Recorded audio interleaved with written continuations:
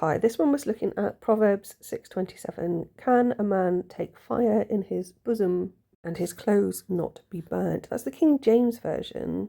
Other versions talk about scooping fire into the lap. And when I looked up, because bosom to me is like the chest area, but in an archaic sense, the word bosom did refer to intimacy and unrestrained intercourse, such as Genesis 16.5. From the Hebrew chake or choke.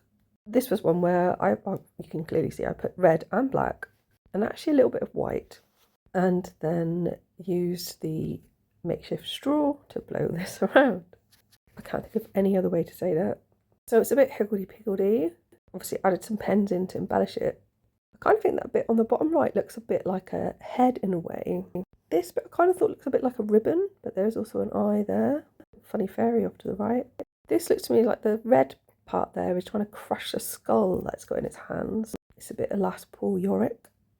This looks like a pair of legs, a person there, some phallic symbolism coming across from the right. Could just be a branch from a tree.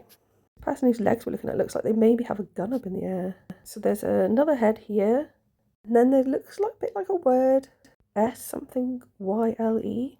It doesn't look like a T, but the only one I can think of is style. That's the middle bit. All looks a bit wild.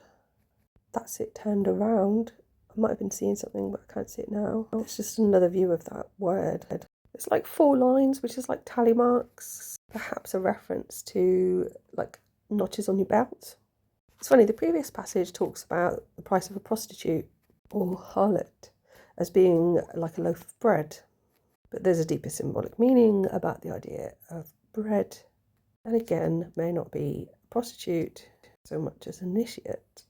Maybe. Style can be like a pen or a writing device. The pin or gnomon of a dial that casts a shadow, as in like a sundial. The elongated part of a pistil between the ovary and stigma. So if you're going to have a fire in your lap, do it in style, I think is what it's saying. Thanks for listening.